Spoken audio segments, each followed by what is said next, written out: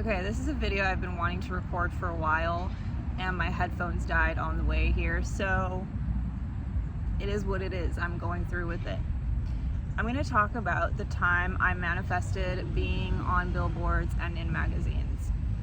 Now, this is a 11-year-old story. It was well before I ever knew of manifestation.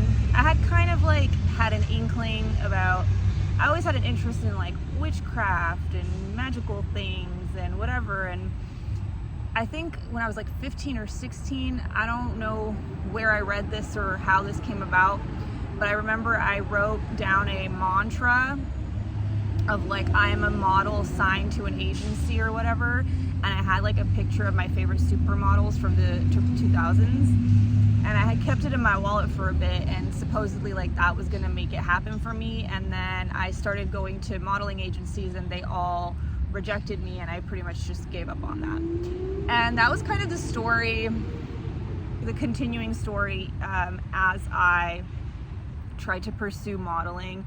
I just wanted to pursue modeling as a way to get my door into the fashion industry. It was never really the main thing I wanted to do, but I was it's one of the things I want to do. So I was trying to go it on my own way because I was getting rejected by every single modeling agency. I would make lists of every modeling agency around the globe, every major city, and reach out to them, and they would all reject me. So I was just building my portfolio, doing a lot of free work, doing a lot of photo shoots with amateur photographers for practice. I was, practicing, building my craft, whatever, and I just was trying to go about it on my own. And this is way before social media. This is way before you could just be a model on your own and be an Instagram influencer or whatever. So this was just something that I was trying to go alone with, not really a beaten path before me. And so I was still kind of stuck in this position where I didn't fully believe in myself, and I still believed that there was a certain way to achieve things and a certain way that I needed to go about to achieve this. And that certain way was okay, you need to be signed to a modeling agency and you need to do A, B, and C if you want to be a successful model.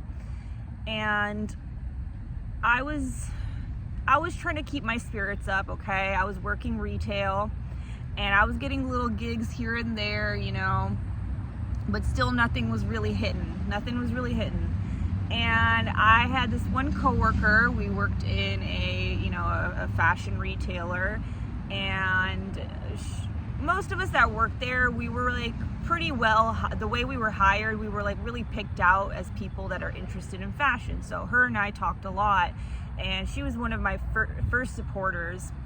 And she and I would always jokingly have these little talks in the fitting room area about how one day I'm going to run into this designer called Marc Jacobs. And if anyone's watching this and doesn't know who that is, he's just one of these major designers. He has his own brand, but he also designed for Louis Vuitton. And this is right after he had left Louis Vuitton, and his brand was popping off.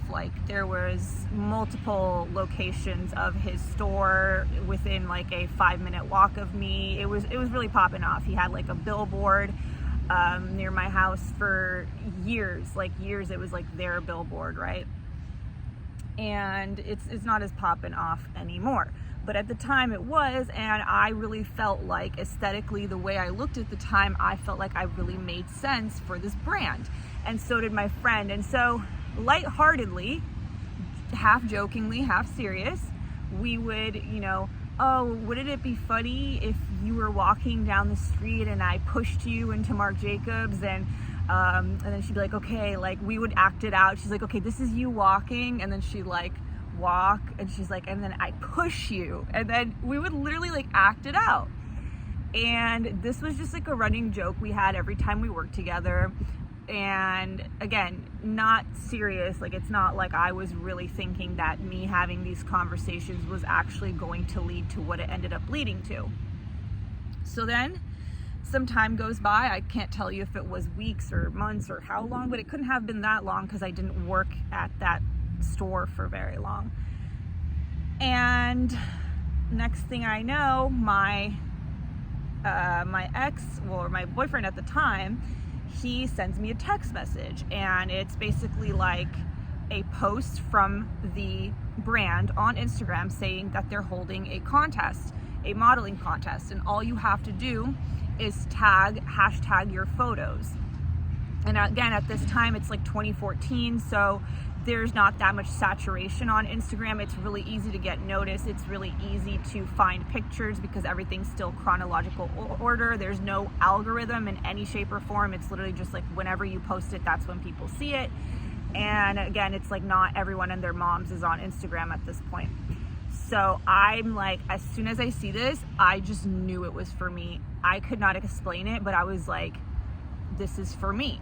This opportunity is for me. So with confidence, I go through and I tag a couple of my photos with whatever the hashtag was. It was like hashtag cast me Mark.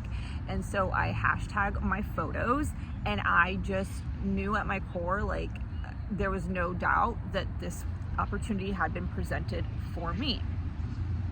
And well, of course, some time goes by, they reach out, they end up like picking me as a semi-finalist, and then also picking my ex randomly as a semi-finalist. So we got to go to New York together. They didn't even know that we were like together. They just randomly also picked him. And I got chosen as a semi-finalist, flown to New York, paid hotel, paid everything, right? Paid flight, blah, blah, blah. And basically they put us through a casting process where they like put us into a room of maybe 30 people that they had flown out, and then also in the process they had brought in like maybe 30 extra models that were just like from New York alone. And they, it was like a 2-day casting process. So first night you find out if you go on to the next day. I went on to the next day, my ex didn't, and so did this other person we became friends with that we were there with. And we went on to the next day, and I'm just chilling the whole time. Like I couldn't tell you. It's just like I knew I was just chilling. There was just no doubt in my mind that this thing that I had spoken about, like it was happening for me and to me, and like that I had somehow created this. Again, I had no idea of what manifestation was or anything like that, right? I'm gonna insert some photos and everything. Like I don't really have like editing software, so I'm gonna just slap them into the video at some point, just so you guys can see like the results of the photos and the billboards and the magazines and whatever, right? And and then I get chosen as a finalist. They chose 10 of us, and I didn't really know how it was gonna go. Like they said like all 10 of us are winners, right? But what ended up happening is 10 of us won, but only like 3 photos actually got used. And my photo was the main photo used for like everything. Like I think maybe one or two other people had maybe like 1 billboard. But I remember the girl who got chosen for the other billboard, like her face wasn't in it. It was like her face was covered with a mask or whatever, so it was just her hair. And then I think maybe 1 other guy got chosen, and my picture ended up in magazines, right? And like they just told us like to keep an eye out, and I found myself in magazines, insert photo. And so now I'm thinking, okay, I'm in magazines, like I'm gonna be signed for sure. And I wasn't. I kept sending my photos that are in magazines to agencies, and they were still like, no thank you, like congratulations, but no thank you. And I was like, what the fuck? Like I had a full-on mental breakdown. Like I was crying, like my soul was ripped apart because I was so sure, right? But it's because I was not aligned. I wasn't realizing that I didn't need this agency, and I feel like my subconscious was trying to tell me something that I just wasn't listening to. And it was trying to tell me, hey, like you don't actually need an agency, like you're doing fine on your own. Why are you so wrapped up in this idea that you need one? And it got to the point where I literally ended up going to a like place with one of my friends who was like into traditional witchcraft at the time, and I had them like make a candle or whatever, and it was basically like a spell candle for like something happening. I was like, I need to get signed, I need something big to happen, like I'm so over it. And I did all these big things, and nobody cares. And so the guy makes a candle, I burn the candle, you know, nothing happens for a few days. I'm like distraught. I'm having, you know, I'm crying myself to sleep so hard, like the hardest I've ever cried. And next morning I wake up and there is a tag on my Instagram. And now again, I keep reiterating this, but nobody was on Instagram at this point, right? So to get tagged on Instagram by someone random, it was like really weird. I was like, what is this?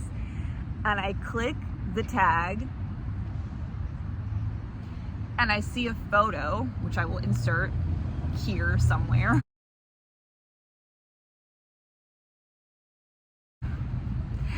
I click the photo and it's me on a billboard. And I'm like, what? And not only is it any billboard, it's the billboard close to my house. And so it's like walking distance. So I'm like, all right. So I freaking get my clothes on and I'm like running out the door, right? I'm like, this is crazy. I go look, and sure enough, there I am on the billboard. And as I'm taking pictures in front of it, and like my ex is taking pictures, and my dad runs over and he's taking pictures and whatever. And I mean, it's really obvious it's me because I had bright orange hair. And this lady is walking by sipping her coffee or whatever. She's like, oh, is that you on the billboard? I'm like, yeah. You know, obviously people are looking. And she's like, oh, I work for so-and-so agency right underneath the billboard. Like, do you want to come meet with us? Long story short, I end up getting signed. Wasn't a good experience. It was absolutely a completely unnecessary experience. Completely got in my way. Completely sabotaged my career because I completely gave my power to some outer force that I thought was going to like make things happen for me, and really I was making things happen the whole time. So that was a learning lesson, a very steep learning lesson, okay? Very steep. However, regardless of all of that, I still manifested this shit. I ended up going to New York again. I end up going into one of their stores and seeing that I'm on the shopping bags. People are like recognizing me on the street. I'm like walking into places and they're like, you're the Marc Jacobs girl. I'm like literally getting like freaking stopped on the street. It's like, oh, whoa, like I've seen you on the billboard and whatever, right? Like it was insane. It was insane. Did it lead to anything major? Like, did my life take off after that and everything was fucking hunky-dory? No, not at all, because I didn't believe in my own power, right? I believed in the power of other people doing things and validating me, and I was so dependent on seeing like, you know, oh, I need the confirmation from an agency, I need the confirmation from this and that, some outside source.